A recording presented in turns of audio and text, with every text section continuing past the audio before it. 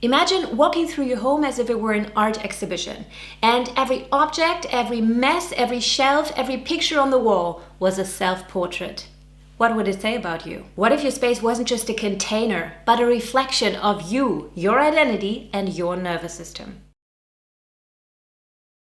Hi there, I'm Anne-Katrin, and I'm occasionally awake. I'm here to help you inspire your awakenings, heal yourself, and reawaken your life. Welcome and welcome back to my channel. I haven't been talking about the intersection of home, space, and identity for a while, so I thought it's time to change that. In today's video, we're gonna look at the hidden link between your home environment and your identity and nervous system. And it's also gonna be really practical with 2 exercises to help you figure out in your own home if that home is representative of your true self or not yet. There are 2 main aspects to the relationship between you and your living space. The first aspect refers to interior and identity, and the second aspect refers to function and nervous system. Let's look at both aspects in detail now to decipher what your space can reveal about who you are.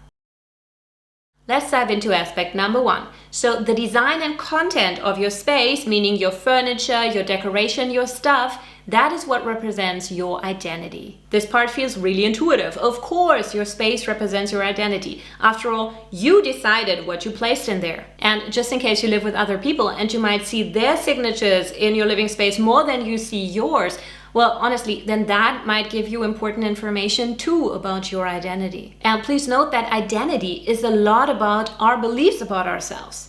And most of our dominant beliefs have formed back in childhood and have accompanied us in disguise since. Meaning they might be forming our actions and our choices without us noticing on a level of conscious awareness. So for the sake of the exercise, I want to encourage you to just assume for a moment that your space is representative of your identity. And in case you feel any dissonance, thinking that, oh, but the space and me, we just simply do not go together, then please use the chance to reverse engineer with the assumption of the space actually representing your identity, what your subconscious and unconscious might be telling you about who you are, that you are not even consciously aware of. Just consider this a mental experiment and allow yourself to be intuitive about the answers you receive. And if you want to share any of your insights and awakening aha moments from these 2 exercises, then I'm so excited to hear about your experience in the comments below.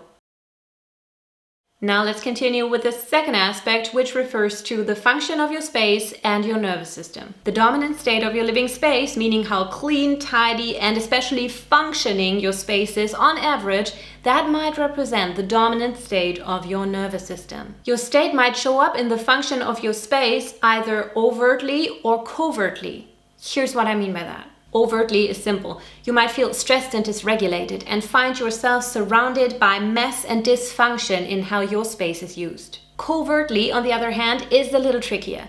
So your space might be hyper clean, super organized, over-functioning, and that might not in fact be a sign of great relaxation, but a sign of stress that is pruned, that is managed, that is coped with. Important note, this is not to say that a regulated nervous system state is always indicated by a tidy and clean environment. Creative chaos, for example, does feel calming to some people, so the common denominator probably is, how does your space make you feel? But how does it really make you feel? Conveniently, this magic works both ways, and you've probably heard about the studies stating that a tidy home environment contributes to more calm and lower stress levels, especially in women. Know that your new level of awareness, together with a cleanup and some optimized organization, might feel so regulating and calming to your mental emotional state. See, I love to include the area of space in my content from time to time because I'm convinced that on our holistic growth journey, we gotta be mindful of the space we actually live in and spend so much time in. Your soul has been given a meat suit. You've probably heard that expression before. I've heard it from several people, so I don't really know whom it's originally from. But anyway, I'd like to add to that expression by saying that your meat suit, your body, has been given a home suit to situate itself in. Thus, you want to make sure that the relationship between you and that home suit is peaceful and beneficial to who you are and to who you are becoming. Please know that all of my one-on-one coaching containers are adaptable to a focus on space. Just let me know that that is something you want to work on, so we can use the reciprocal potency of space and identity to get you ahead on your individual growth and awakening journey. Today, I want to invite you to take a stroll through your living space, just as if you were at an exhibition. And while you do that, you might want to try these phrases. I am this. I am this space. I am what I see here. No judgment, no criticism, just presence and resonance. In this space that is your home, can you hear your echo? Can you read your signature? Can you find your reflection on the table, on the shelves, in the drawers, in the fridge? This is your space, the 3D reflection of who you are. We could call it your outer body. So what does it reveal about you? Is it in sync with your self-concept, or does it deviate from who you know yourself to be inside? I'm so glad you're here right now. So if you enjoyed this, please make sure to like, subscribe, and hit that bell for notifications to become occasionally awake with me. And here's a second method of self-inquiry. So imagine that you had to introduce yourself to people you didn't know without words, only with pictures taken from your living space. Which pictures would you choose? Which rooms would you choose as your representation? And which pictures would you rather have disappear? Either because they are not representative of who you are, or because they are, and you'd rather be hiding that part of yourself. Important note, this is not primarily about how clean or tidy your space looks right this moment, although that might be relevant, so please be discerning here.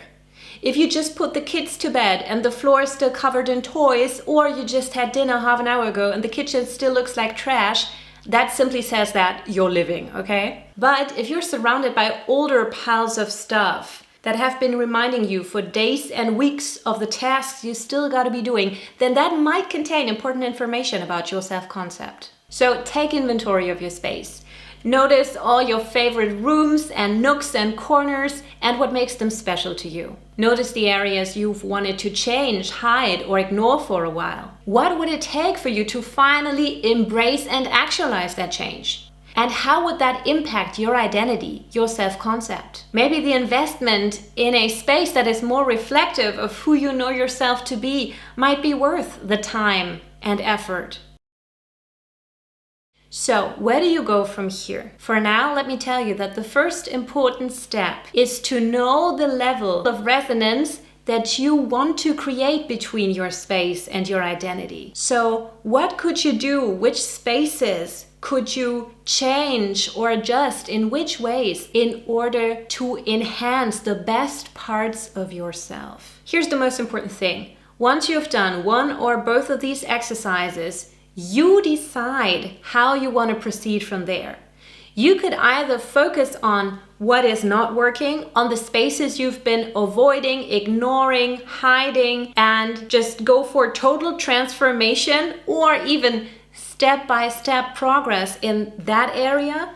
Or you could focus on what is already working and enhance that. For example, look at your favorite spaces, look at your favorite corners, and see how you can enhance the best parts of your identity in these places. One thing, it's very important to make sure that your favorite spaces are the spaces you spend most time in. Because of course, a cluttered basement is less relevant as input to your identity on a daily basis than your living space. So in case the spaces you spend most of your time in are not your favorite places, then maybe you want to focus on looking at how you could transform these places first to turn the space that you actually spend the most time in on a daily basis into your favorite space to be in. And that is precisely what I mean by syncing it up, the space and the identity. Your identity is not a given. Yes, it's a learned imprint, but you can choose to live beyond the imprint,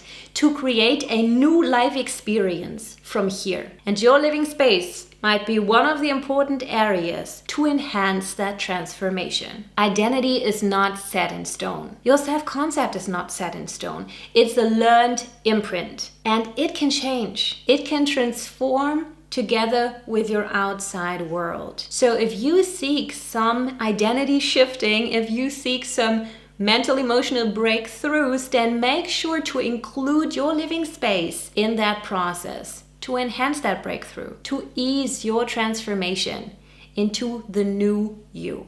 So this was my personal take on the hidden link between your home environment and your identity and nervous system, and I really hope it was helpful. As always, thanks for watching. If you enjoyed this, please like and subscribe. This video is related to the awakening to the ego self. If you want more insights on the 4 different types of awakenings and how to experience them in your life occasionally, then visit me at occasionallyawake.com to inspire your awakenings. Bye.